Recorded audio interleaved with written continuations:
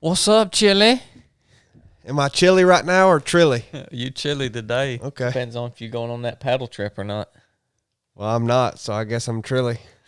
You might be something worse than Trilly. Trilly. No, trilly is when I was trilly when I said I'd go if you bought me a canoe. Okay. That was being, I was just trolling. That was being trilly. I'm chilly right now. Well, let me tell you what Corey JC86 said about us, Chili, on the podcast Apple Podcast review here. All right? About us? About us. You guys got to put 2022 Chad and Chili Journey Across America in the books. We got to put it on the calendar. Going to say avoid the yuppie tour bus.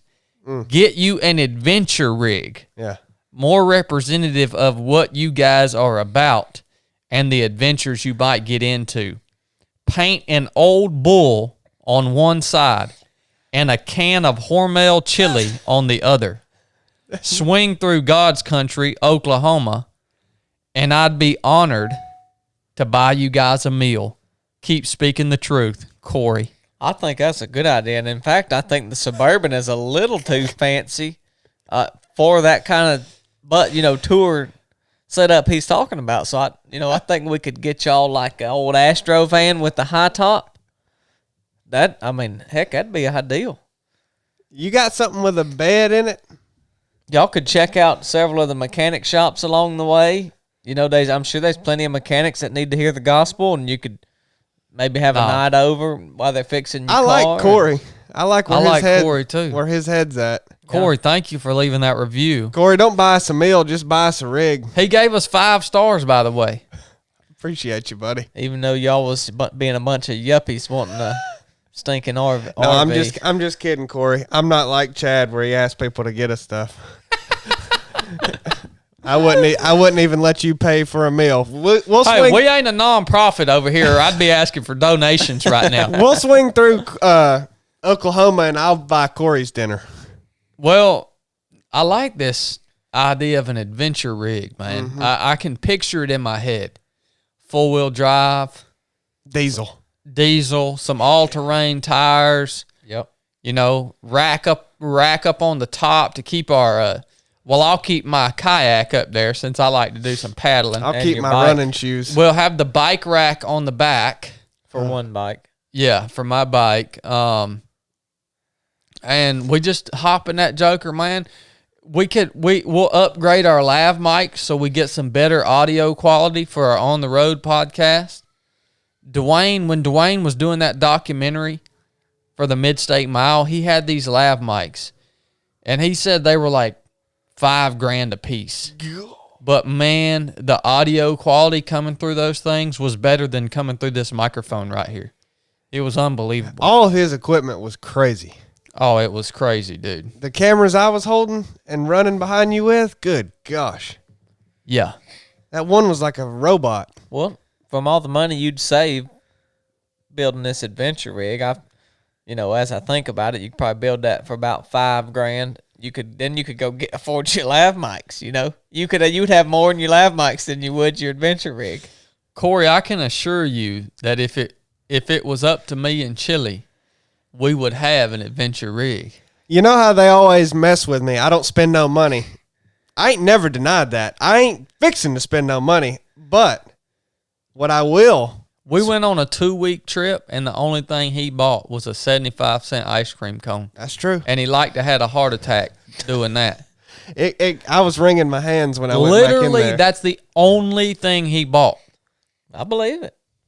Yeah, well, cash money too.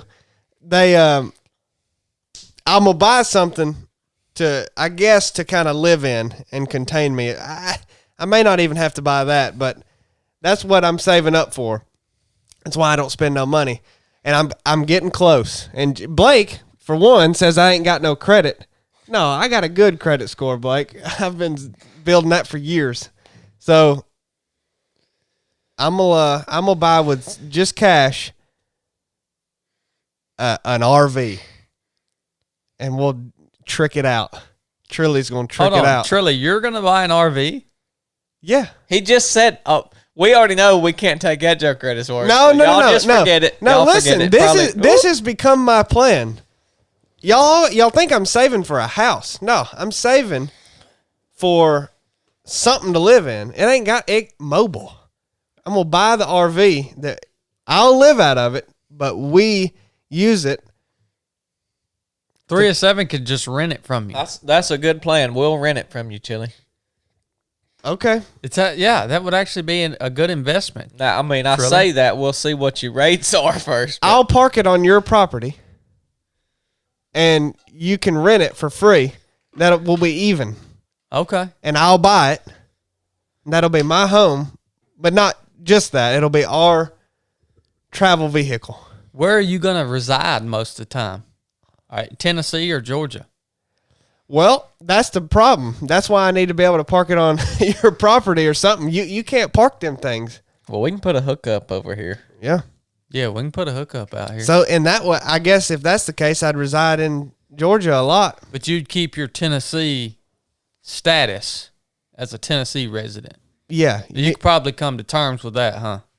You need to. It's better being in Tennessee. We could get them a little plot up in Villanelle. Somerville. Oh, you want Somerville now? I've always migrated? wanted Somerville. Okay. Dude, I heard that little. Here in just a minute, guys, we're going to talk about being healthy, whole, and we'll start off with a listener question.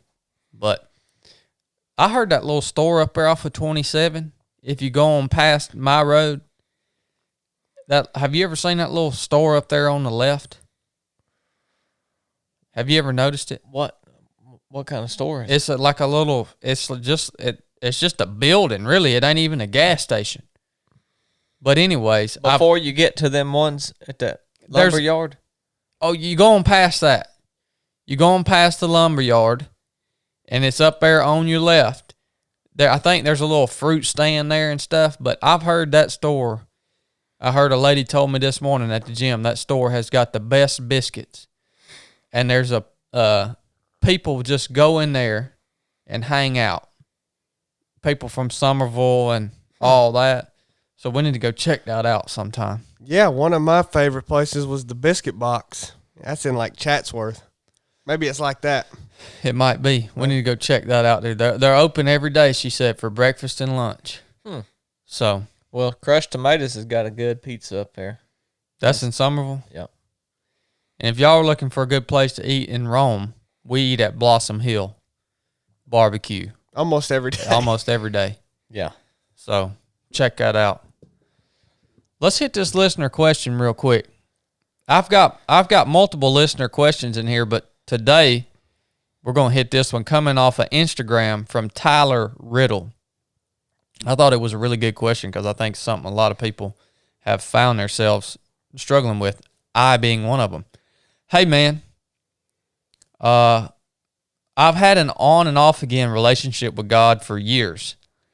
I struggle at times because it feels like I only migrate back to the Lord when things aren't going so well in life.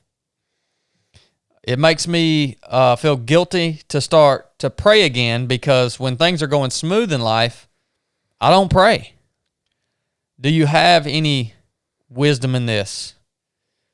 I'm sure you're busy and have a bunch of messages, but we appreciate you. Tyler, no, I appreciate you, brother. And never too busy to answer questions like this, man.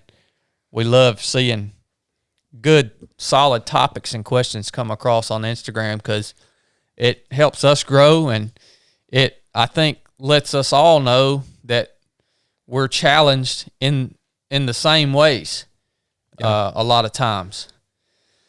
So, man, have you ever struggled with this? Yeah, I have. I'd say everybody's lying if they say they have never kind of found themselves where they cry out to God in times of distress, and then when things get better, they kind of just back off a little bit. Yeah. You know, I mean, I'm pretty sure. There's a few things you can say for sure about people that you don't know, but I think everybody kind of has done that before. You know, slipped into that. It's just easy. Yeah, it is, man.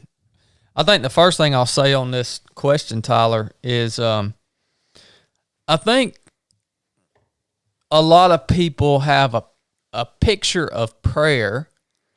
Their perspective on prayer is that prayer is simply a list of requests or needs that we are asking God to meet in our lives. And I think that we're missing out on a whole nother aspect of prayer that I think comes into play when things are good. You don't have to have a need or a request or a want to pray. I think the aspect of prayer that we miss out on a lot in our personal relationship with Jesus is the praise and the thanksgiving aspect of prayer. You know, I can only imagine that Jesus Christ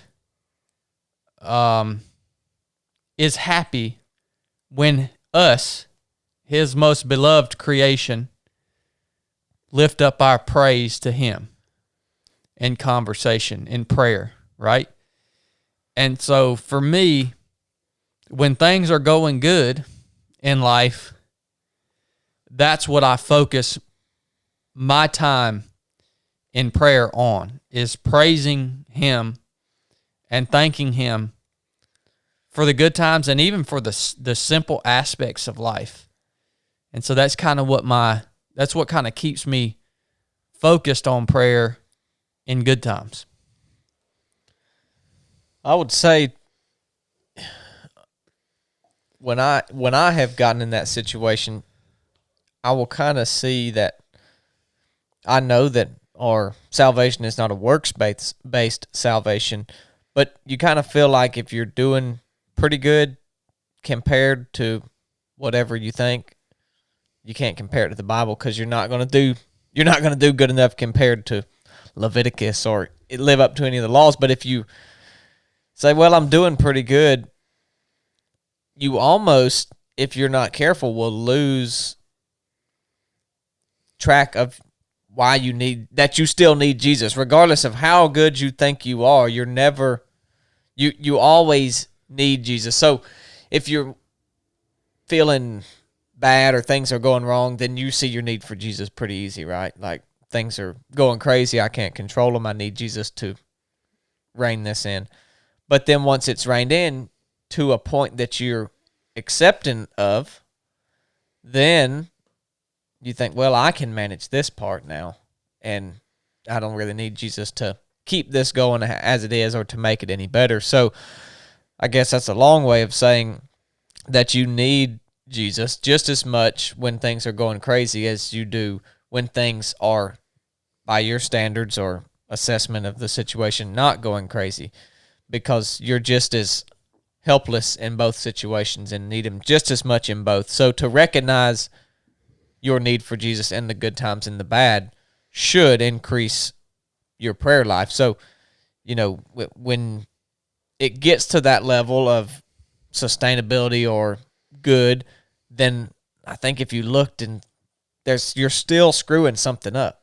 Like I'm still losing my temper with the kids. I'm still saying things to my wife I shouldn't. I'm still letting the team here down with something. So there's still areas I'm just totally blowing. And to seek God to get better in those areas keeps you on track. So you're never perfect is what I'm saying, and you always need God. So when you feel like you're not praying to him much, look for the areas you need him in and seek him in those areas. But what you brought up was a great point, is there's a whole nother aspect to prayer, and that is thanksgiving. And and you know, for me, I don't think it has to be in this formal, dear Lord, it can be like, thank you for this, but just when like you read something and you think, man, how good is God that this happened, and you're just kind of like thinking through that situation and how much you appreciate God. To me, that's prayer. That's connecting with God. It doesn't have to be like a formally addressed speech or letter or anything. because you can connect with him without words. There is a time for verbal prayer, and I think that's great. But for me, it's all about your relationship with Jesus. So for me, that's me connecting with Jesus, and I think he is right on track with that. Yeah. Yeah, and I think like Blake said, there is power in praying out loud and actually speaking the words. But I mean, you led me right into the verse that I was thinking about. If we talk about praying in good times and in bad, and it's 1 Thessalonians 5, verse 16 through 18.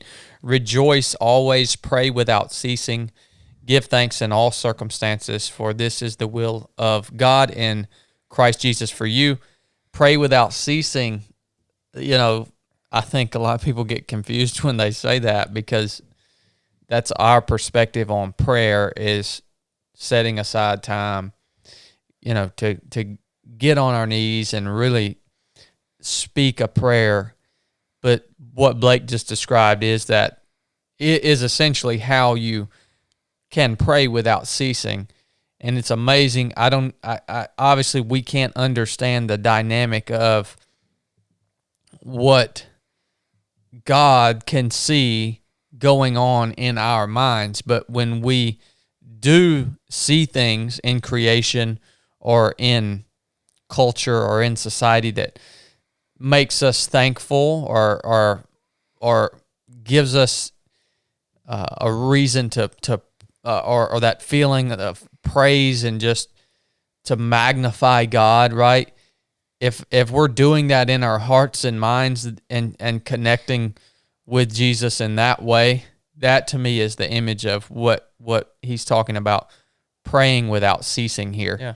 In the Bible. Give thanks in all circumstances. That's another part of it. We talked about in the good and bad.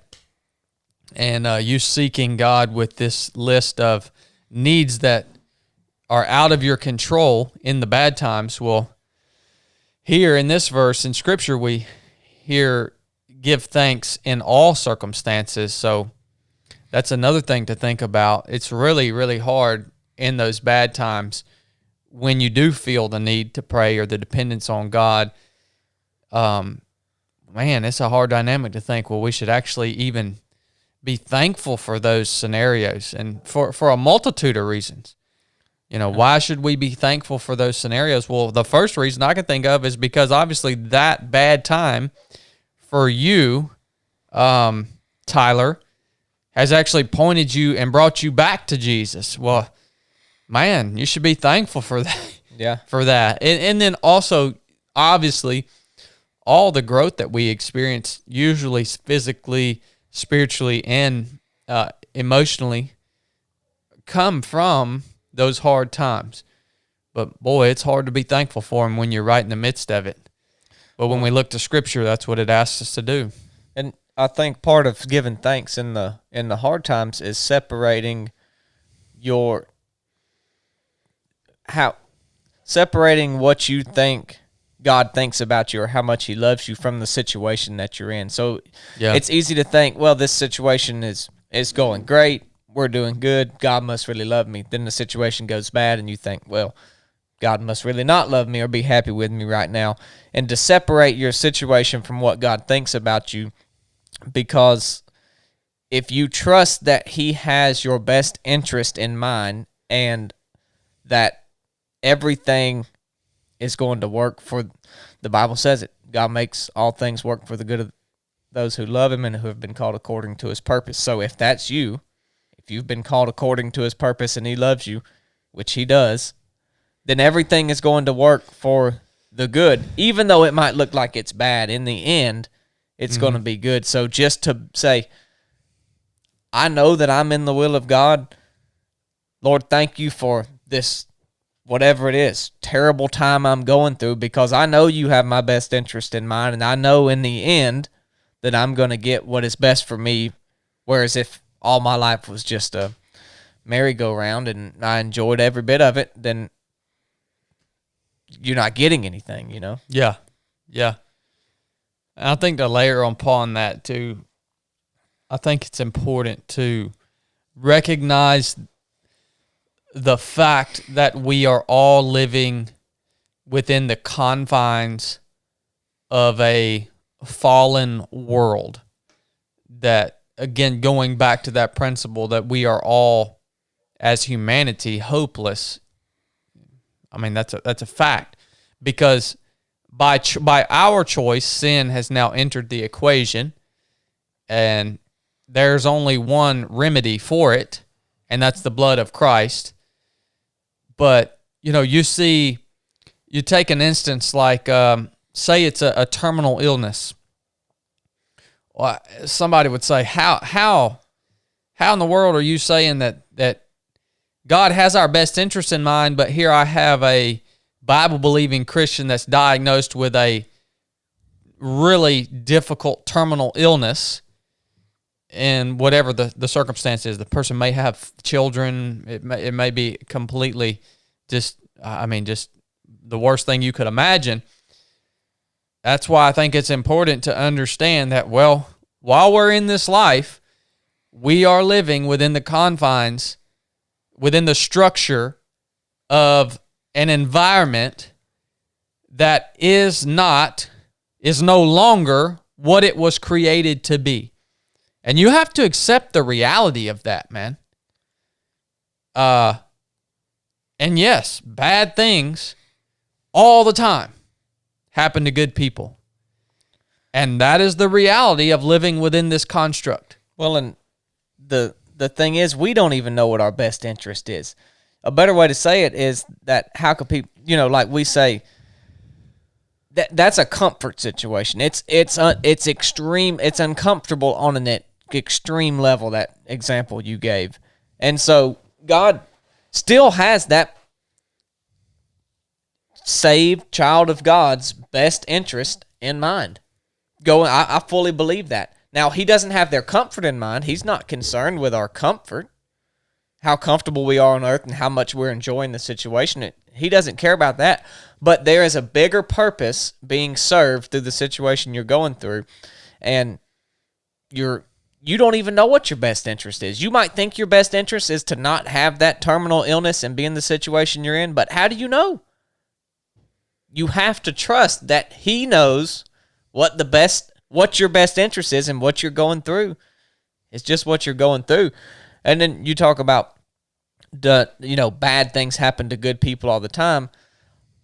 But people ask that question, but what is good? Like, none of us on earth are good, because we are all sinners and have fallen short.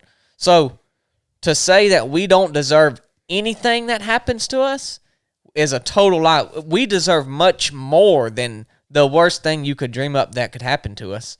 And so anything that we're having to do that's a little bit uncomfortable is but a drop in the bucket to what we should actually be enduring because of how we have lived our lives. Well, we deserve hell. Exactly. That's what's important to note, that I think sometimes gets glossed over with people, is when you're talking about the physical torment that you may be experiencing, which some people have vastly different levels of, and I'm not going to even pretend like I can help explain exactly why that is. The point is we all deserve hell. So yeah, nothing in this physical realm will live up to that.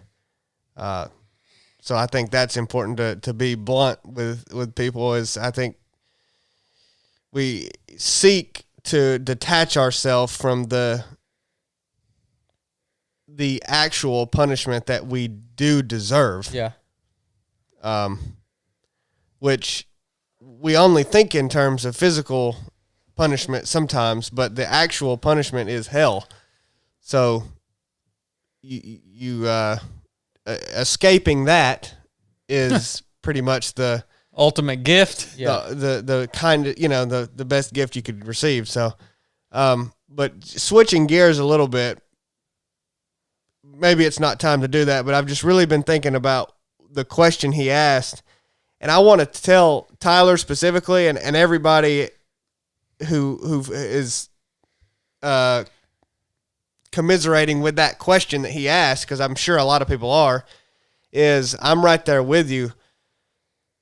And I've identified why I think that is hard in my life, and it's because of the relational communication aspect of prayer. Like, prayer is, it's a, how do you communicate with God? I mean, people talk about hearing audible voices sometimes. Well, I've never really heard that. I don't think a lot of people have. And if you have, it may have been like one crazy instance in your life. Well, so like so to say you need to have communication with God, I'm in full agreement. Well, that's kind of difficult when you don't hear back. Like, I can communicate with Blake and Chad and my family and somebody that I talk to. Well, it's very difficult to communicate or to feel like you're communicating when you don't hear back, a response back.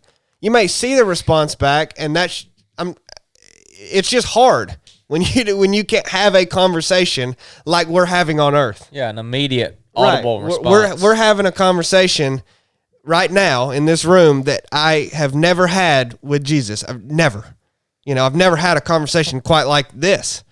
And that's what I think we often look for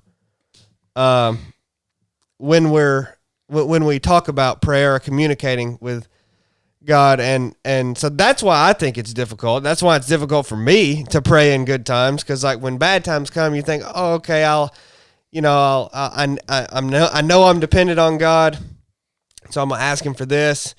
But when things are good, it's like, well, what am I gonna say? What am I gonna? And Chad and Blake talked about praising and everything else, but I just want to say that I think that is why it's difficult, and I don't think you should feel bad for asking that question or having this difficult time. But it's really it's on us to seek that communication, seek that relationship in every time of our lives, no matter what we're going through, not just in the bad.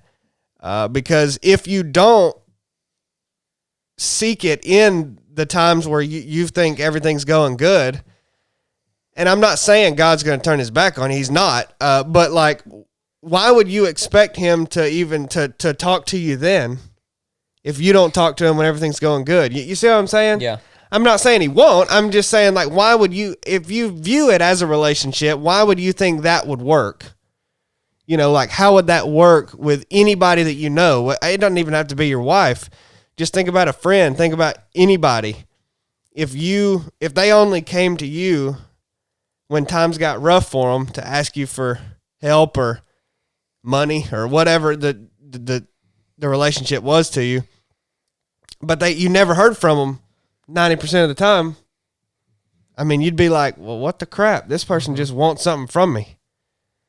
And I totally get why it's hard to fall into that, but do you just want something from God, or do you want to seek a relationship with God? Because that's what I have come to want, to desire, is a relationship with God. It's not easy.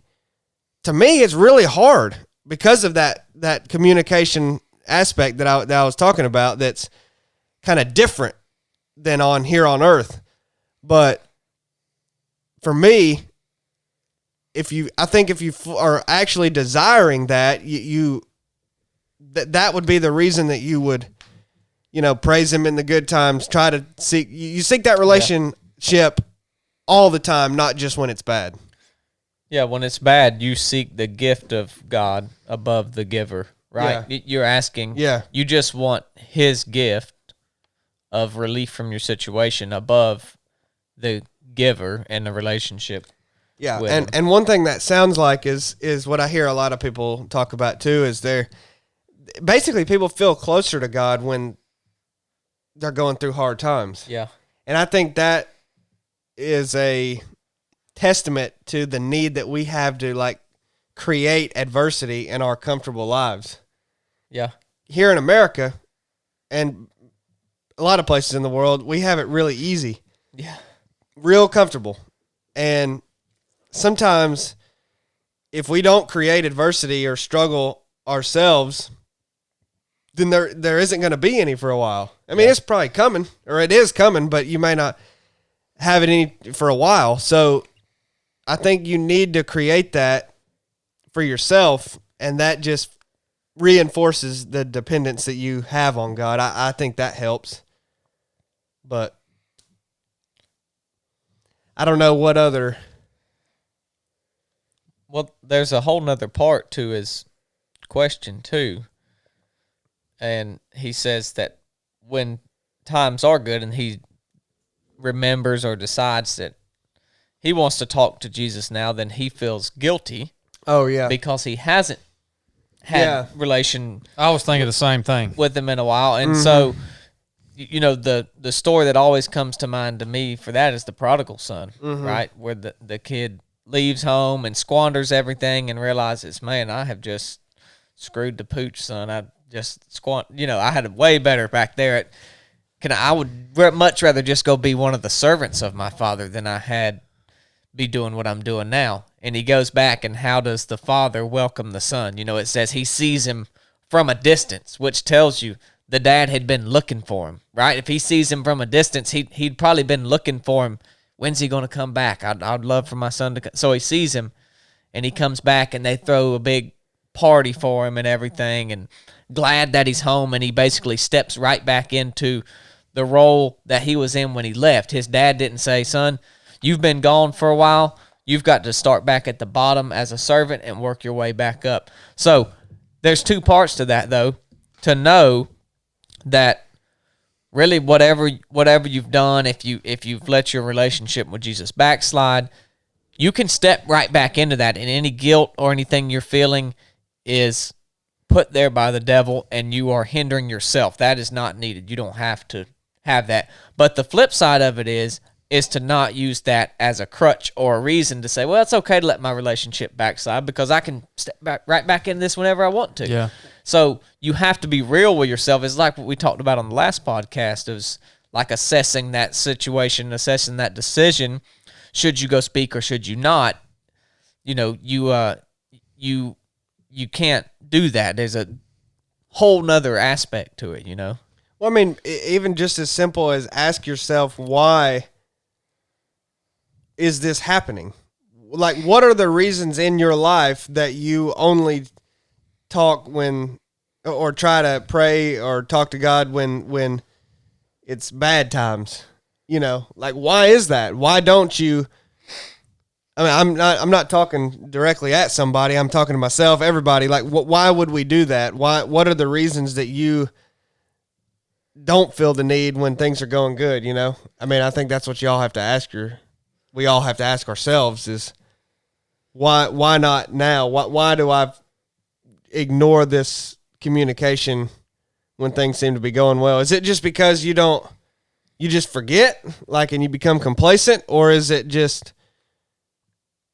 there is some kind of an underlying feeling that you have that you actually don't need him now because things are going well? Yeah. I don't know what it may be for different people. I mean, it's hard to even analyze why I've done it.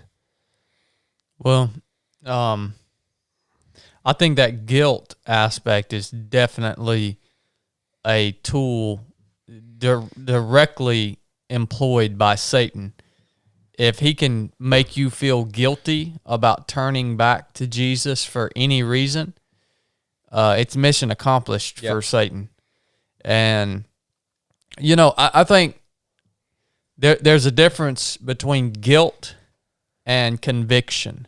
Yeah. And the Holy Spirit will convict you of things. But with conviction comes the desire to do better. With guilt comes shame. Yeah. And fear and condemnation. Yeah, exactly. So I think that's exactly where that's coming from, is Satan saying, hey, man, hey, Tyler, you hadn't prayed in a while. You probably shouldn't pray again. How can you approach God? You should, you know. You hadn't talked to him in 6 months. That's right. Why do you think you can go talk to him? That's right. So understand where that's coming from. And I just want to finish up this episode in a kind of a unique way. I met a lady in Utah named Betsy. And Betsy had probably one of the most powerful testimonies that I've ever heard in my life. Literally brought me to tears. And there's a picture out there of her and I praying on the side of a mountain together because it just rocked me to my heels of her testimony. Her husband, Drake, was a Christian, a teacher, a Bible teacher, essentially. I think he was at he taught at a school. I don't know what school it was. I forgot, but he was diagnosed with ALS. And Betsy's testimony was essentially just not only her side of how she dealt with losing him, but also how he endured that process. And I remember her telling me that how horrific this disease was, that, he would wake up one morning and she remembers him waking up and not being able to button one of the buttons on his shirt. And it just was little incremental things that this terminal illness was basically taking away from him until eventually he passed away or went to be with Jesus, essentially.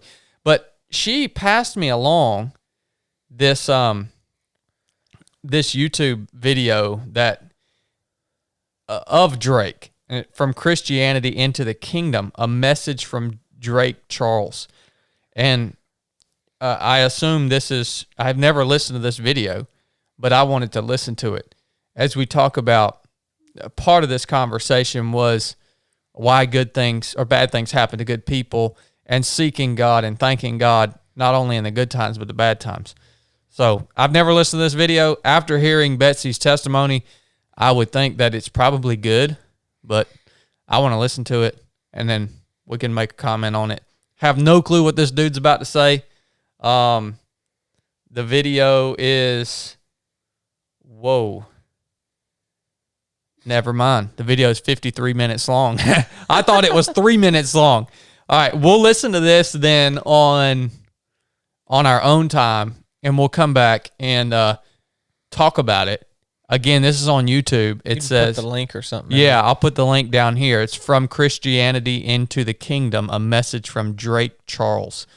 I think it's going to give us some interesting insight after knowing Betsy and how much her story, impacted me. Her testimony impacted me, not only her side, but also with what Drake went through. So that's awesome, man.